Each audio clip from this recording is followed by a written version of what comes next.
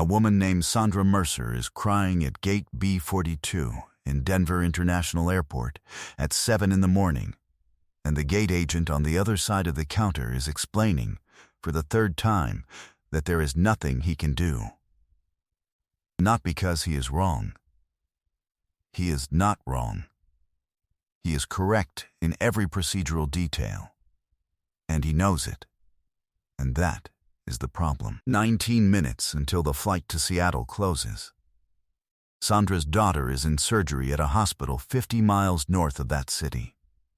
Sandra got the call at 4 a.m.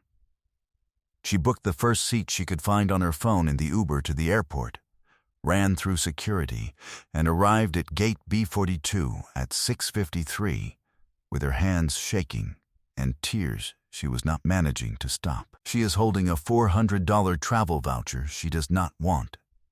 She is not taking the slip of paper with the customer service number on it.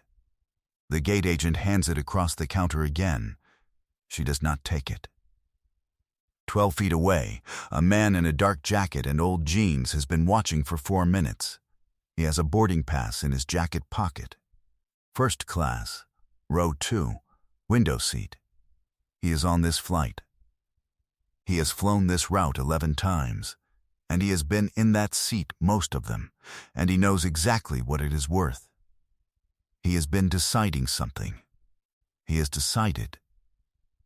He stands up, picks up his bag, and walks to the counter. What follows will take 11 minutes. Sandra Mercer will board that flight and fly to Seattle and reach the hospital in time. But she will not know, for the next 3 hours and 40 minutes, through the whole of the flight and the jet bridge and the long walk through SeaTac, who it was that made that possible. She will not know until she is standing still long enough to look at something she has been carrying in her bag since 7:22 that morning, without once thinking to open it. Denver International Airport at 7 a.m. is a particular kind of place. High ceilings, early light through the terminal glass, the half-alert shuffle of people who have been awake since 4 or moving since midnight. Concourse B smells of coffee and jet fuel and the specific anxiety of connections. The departure board changes every few minutes. Everyone is going somewhere, and most of them are worried about getting there in time. Gate B42 is at the far end of the concourse. United Flight 1847 to Seattle departs at 7:35. At 7:08, the gate area holds roughly 40 people in various states of readiness, some with headphones in, a family sorting carry-ons, a man in a suit looking at his phone, and at the far end of the counter, a woman in yesterday's clothes who is not managing to stop crying, no matter how clearly it would help to stop. Sandra Mercer was 64 years old and had not slept. She was a retired elementary school teacher from Wichita, Kansas. She had been visiting her sister in Denver when her son-in-law called at 4:07 a.m. to say that Joanne, Sandra's daughter, 38, who taught second grade in Shoreline and made tamales from their grandmother's recipe every Christmas and laughed at her own jokes before she finished them, had been struck by a car on Interstate 5 north of Seattle and airlifted to Harborview Medical Center. He said it was serious. He said he did not know yet how serious. He said Sandra should come as soon as she could. She had booked the first available seat on her phone in the Uber. $387, basic economy, last one on the flight. She had not packed. She had her coat, her purse, and a phone she had been staring at for 3 hours without news. The man at the far end of the gate area had arrived at B42 at 6:45. Gray jacket worn at the elbows, dark jeans. Canvas bag on the floor beside him. He was reading nothing, looking at nothing specific, just watching the exchange at the counter with the calm attention of someone who is taking things in and deciding what to do with them. His name was Keanu Reeves. He had been on this route 11 times in the past 4 years. He had never needed the morning that badly. Craig Elmore had been a gate supervisor at Denver International Airport for 19 years and 3 months. He was 47 years old, lean and still, with the particular quality of a person who has been consistent so long it has become a kind of armor. His supervisors used the word dependable. The gate agents who worked under him used the word exacting. Both were accurate. He was not a cruel man. He wanted this understood. In 19 years, he had quietly arranged upgrades for a woman traveling alone to a funeral. He had held a gate door open for 90 seconds past protocol for a family who had missed a connection. He had, on more occasions than he remembered, done the human thing. He was not without feeling. He was something more specific than that.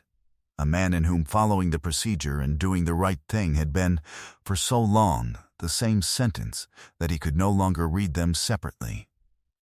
He had grown up in Omaha, Nebraska, in a house where the rules were whatever his father decided they were that morning, and his father's decisions, by the time Craig was 10, were made primarily under the influence of whatever had arrived with the evening and left him unpredictable. Dinner at 6 meant dinner at 6 until it meant something else. Homework done by 7 meant homework done by 7 until it meant, what is wrong with you? Punishment for a given infraction bore no reliable relation to the infraction. The only constant was the uncertainty. Craig had learned something from this that he would not have been able to articulate until much later, that the absence of rules was its own kind of violence. That when the framework shifted, you could not protect yourself or anyone else. That the only thing between you and the chaos was a system you could trust. He found that system at 22 in the airline's operations manual, and he had been holding to it ever since. By his 47th year, the holding had become the thing itself. The procedure was no longer a means to anything. It was the point. And on the morning of November 14th, at Gate B42, he had handed Sandra Mercer a $400 travel voucher and a customer service slip and explained 3 times that the next Seattle departure was at 1:45 p.m. And he had felt that he had done everything the situation required of him.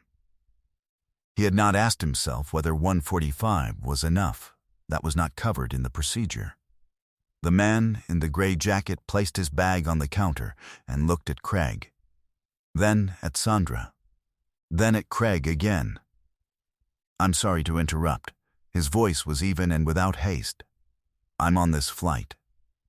Row 2, seat A." He took the boarding pass from his jacket pocket and set it on the counter. "Is there a way to get her on in my seat?" Craig looked at the boarding pass. At the man. "I understand the impulse, sir, but passenger manifest transfers between unrelated passengers cannot be processed at the gate. There are security protocols that govern. What do those protocols actually require?" The question was genuine, not confrontational, the kind of question someone asks when they believe the answer matters. Craig paused, which was unusual for Craig. A supervisor confirmation, a manifest notation, and in some circumstances a gate system entry that, "Are you the supervisor on duty?" "I am." So the confirmation is you. Craig looked at the boarding pass on the counter. The system entry still takes time we don't have at this stage of how long until the door closes. Craig looked at the clock. 14 minutes, but 14 minutes, the man said. He did not raise his voice. He did not move. And the reason the system entry can't happen in 14 minutes is what, exactly? The gate area had gone quieter. Not all at once, the way quiet happens in a room when people stop doing what they were doing and start paying attention instead. A woman near the windows had taken out one of her earbuds. The man in the suit had put his phone down. At the back of the gate area, a woman of perhaps 70, silver-haired, in a dark wool coat, who had been reading something in paperback for the past 20 minutes, closed her book on her finger. Craig said, "Sir." What I can tell you is that our policy on manifest adjustments exists for reasons of security and operational integrity. I understand this is a difficult situation for she is trying to reach her daughter. The voice was still quiet, still without anger, still exactly the voice of someone who believes the person across from them is capable of understanding something they have not yet understood. Not her connecting flight. Her daughter, who is in surgery right now, and who may or may not still be in surgery by the time the 145 lands. Craig heard this. He did. Something moved behind his expression, but the expression itself did not change, because the expression was the gate, and the gate was the procedure, and the procedure did not move. I have every sympathy for Miss Mercer's situation, he said, and his voice carried a fraction farther than he intended. But I cannot make exceptions on the basis of personal circumstances. Without authorizing a process, I am not able to. The woman in the dark wool coat at the back of the gate area said, "Good heavens." Not loudly, just clearly. The way someone says something when they have decided it needs to be said, and have given up any concern about who hears it. A few people near her looked up. Craig stood at the counter. The man in the gray jacket looked at Craig with the particular attention of someone who is about to ask the last question in a sequence, and knows it is the last one, and is not going to rush it. "Are you telling me," he said, "that one line in a computer system is the thing standing between this woman and her daughter's bedside?" Craig opened his mouth. Nothing came out. At the adjacent terminal screen, a young gate agent named Ava Garland, 23 years old, 4 months into this job, who had been standing 3 feet from Craig for the duration of this exchange, and who had been deciding something of her own, pulled the flight manifest up on her screen without being asked. Her fingers were on the keyboard. She looked at Craig. He did not speak. She began to type. "I've got it," she said, quietly, to no one in particular. Craig looked at what she was doing on the screen.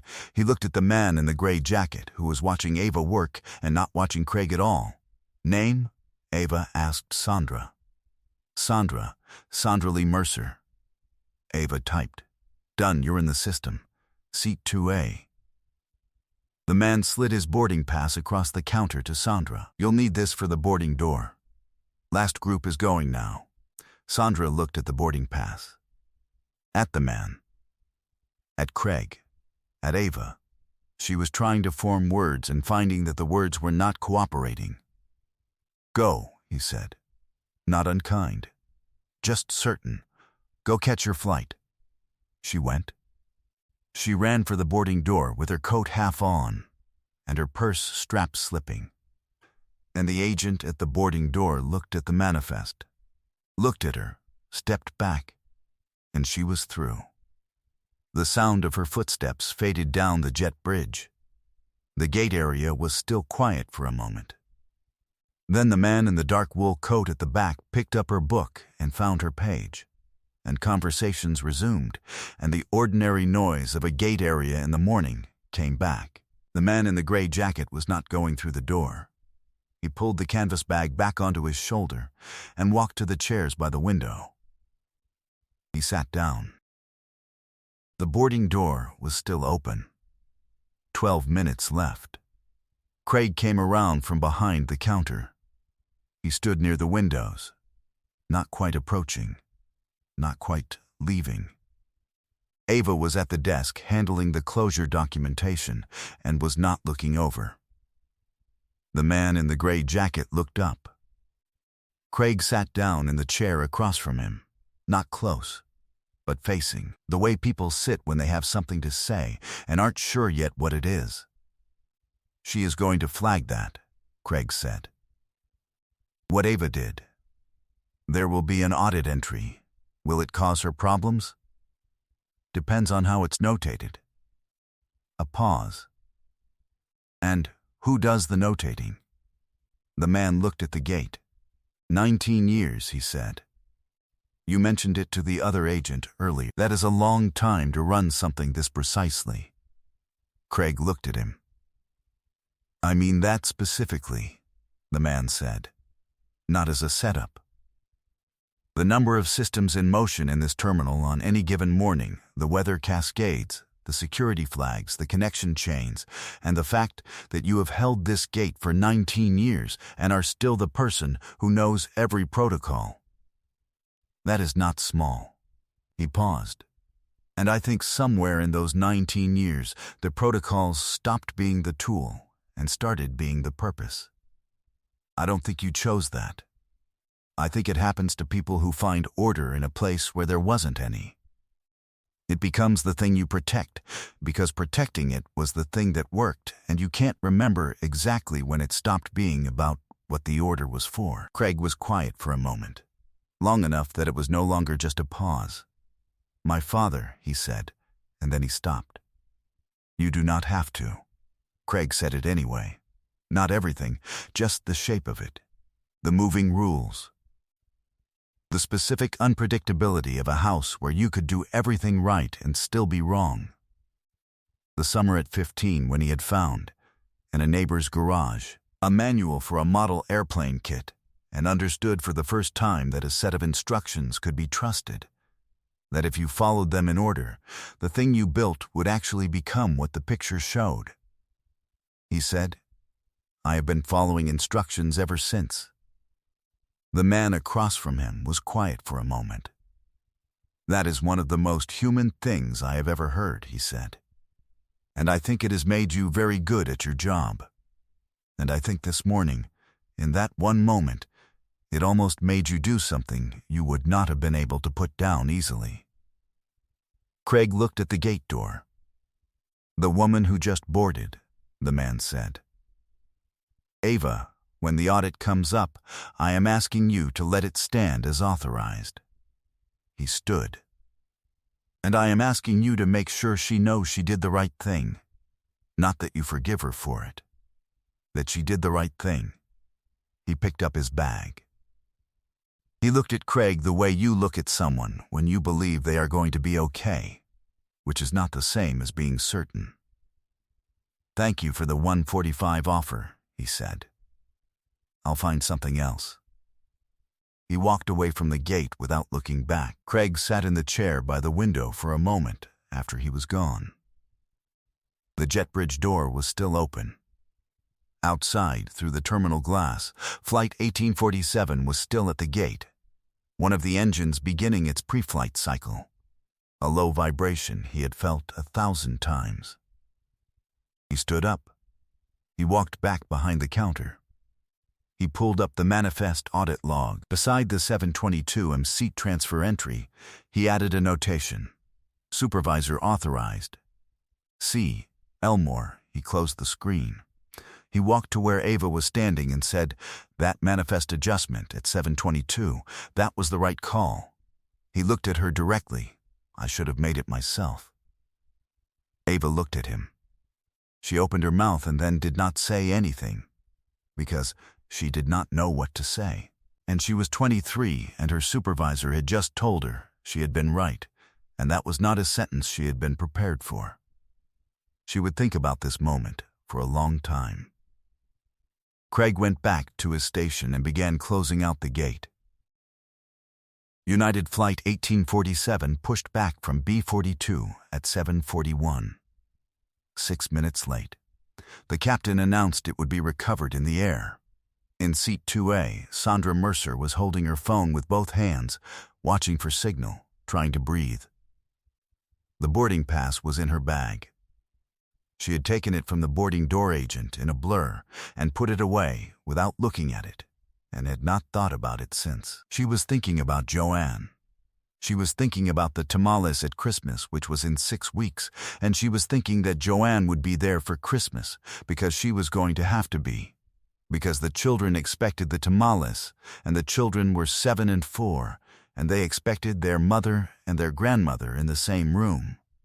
And that was what was going to happen. And Sandra was holding to this the way she had learned to hold to things in her life, completely, without evidence. because sometimes the holding is the only thing available. The flight attendant's name was Diane. 28 years in aviation. She had seen the manifest note and assembled the story in about 40 seconds. She brought Sandra water without being asked and refilled it twice. She did not offer the champagne. She offered, instead, the specific attentiveness of someone who understands what a person needs without needing to be told. Somewhere over southern Idaho, Diane sat down in the jump seat across from Sandra and said, "Tell me about your daughter." Sandra told her. All of it. The tamales. The second-grade classroom. The way Joanne had her father's laugh and her mother's stubborn streak and had somehow turned both of those into a life that suited her exactly. 38 years old and still left voicemails instead of texts because she said you could hear more in a voice. Still brought soup when people in her neighborhood were sick. Still knew the name of every child in every classroom she had taught for 7 years. Diane listened until the captain's voice announced the descent into Seattle. Sandra remembered the boarding pass. She found it in her bag and held it without looking at it for a moment. The way you hold something when you are still deciding whether you are ready to look. Then, she turned it over. Reservation held in the name of. She read the name. She read it again. She looked out the window at the green of western Washington coming up beneath the clouds. She sat with the name and the window and the descent for a long time. Diane moved through the cabin for landing preparations and did not see seat 2A in that moment. But the man in the window seat across the aisle, a retired engineer named Frank, who had spoken to no one the entire flight, noticed and looked away. In the careful way of someone who recognizes that they are witnessing something that belongs to another person entirely. Sandra was at Harborview Medical Center by 11:40 a.m. Joanne was still in surgery.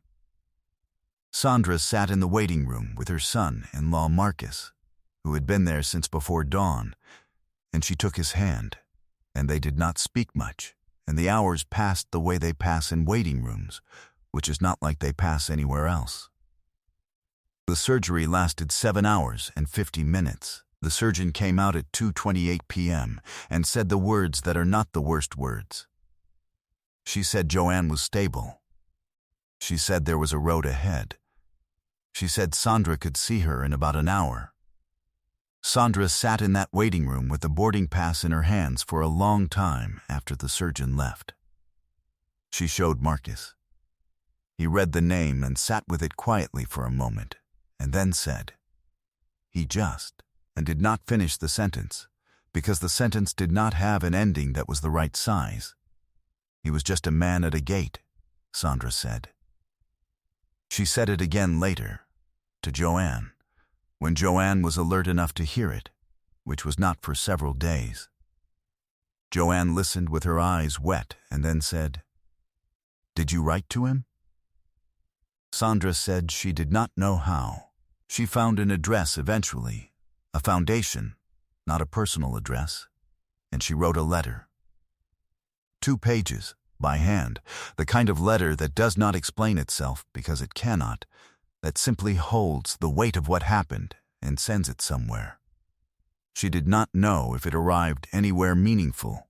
She sent it regardless. At Gate B42 in Denver, Craig Elmore returned to his shift the next morning and ran his gate with the same consistency he always had. But in the months that followed, something had begun to shift in the calculation. Not the rules themselves, which he still knew and still followed, but the space he left around them. It was not dramatic. It showed up in audit logs as supervisor discretion applied, and in the unremarkable, unmemorable experiences of individual passengers who never learned the name of the person who had made the small difference that made the large difference on a particular Tuesday morning. He also talked to Ava. Not once, but several times over the following year. Not about the manifest transfer, that was resolved and behind them. about what to do when a situation and a policy were pointed in different directions.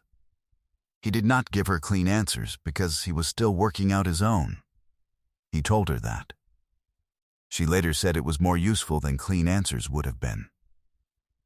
Ava left the airline 26 months after the morning of November 14th, not because anything had gone wrong, because she had worked out what she cared about and wanted to take it somewhere that could use it. She joined a nonprofit focused on passenger advocacy and accessibility rights in commercial aviation. Her first significant project was a review of involuntary bumping procedures and their impact on travelers during medical emergencies. The report she helped write proposed a protocol category, what the document called exigent traveler status, that could be activated by a gate supervisor with minimal documentation in clearly defined circumstances. The recommendation was adopted in modified form by 2 major carriers over the following 2 years. She did not know, when she wrote it, that the protocol had been piloted informally by one supervisor at Denver International's Concourse B, beginning in the winter after she left. She pieced it together from the records eventually and called Craig. He said, "Someone told me to leave room." He did not say who. She did not ask. Joanne was discharged from Harborview on day 31. She had her full range of motion back in her right side within 4 months. Her left arm took longer and required a kind of patience that Joanne had always had, but had never needed to apply to herself before. Sandra was there for the first 3 weeks. She slept on the couch and woke early, and was there when her daughter woke up, and was there when her grandchildren came home from school, and was there in the evenings when it was quiet and Joanne was tired, and the house settled, and the ordinary sounds of a family in recovery filled the rooms. Joanne's class made tamales that December. 3 days, the whole kitchen, enough for everyone, and then some. Joanne managed most of it one-armed, which the children found interesting rather than alarming, which is the best possible response children can have to most things. Sandra made the masa and did not say anything about how her shoulders felt afterward. She kept the boarding pass. It is in a small wooden box on her bookshelf in Wichita, beside a photograph of Joanne and the children taken the following spring, everyone squinting in the backyard light. Joanne's left hand in her daughter's hand, everyone laughing at something that is not in the frame. Sandra does not need to open the box to remember what the boarding pass says. She has not needed to look at it again since the descent into Seattle. She knows what it says. I keep thinking about the boarding pass in the bag. 3 hours and 40 minutes. The whole flight, the jet bridge, the walk through SeaTac. She had it the entire time and did not look at it because her mind was full of something more urgent, and the boarding pass was just a boarding pass, and the name on it was just a name. And then somewhere over Idaho, in a moment of almost stillness, she took it out. And the anonymous stranger became specific. And whatever she felt in that moment is hers, and I do not know exactly what it was. And I am glad I don't, because some things belong to the person who lived them. What I keep returning to is not the name. It is the choice to leave without waiting for the name to matter. I think about how many of us could do that. Give something real, not a small inconvenience, not a symbolic gesture, but something that costs actual time and actual money, and an entire morning rerouted, and then walk away before anyone has a chance to attach significance to the giving. I would like to think I could do that. I am honestly not sure. Most of us want some version of the moment when Sandra looks at the boarding pass, not because we are selfish, but because we are human. And being human involves wanting to know that the things we do land somewhere. He did not wait for that. I also think about Craig Elmore adding his name to the authorization log when no one was watching him do it. It was a small thing. It took about 15 seconds. But there is a kind of honor in a small thing done correctly in private that is different from the honor in a larger thing done correctly in public. And I think Craig understood that by the time he did it, even if he could not have explained it. And I think about Ava, 23 years old, 4 months into a job, and she had to decide in about 8 seconds whether to trust what she saw in front of her or what the procedure said. She trusted what she saw. That is not a small thing to ask of someone who is 23 and whose supervisor is standing 3 feet away. She got it right. Most of what matters in a life begins somewhere nobody is watching. It ends somewhere the person who began it will never see. And in between, it changes something real, for someone real, that cannot be undone.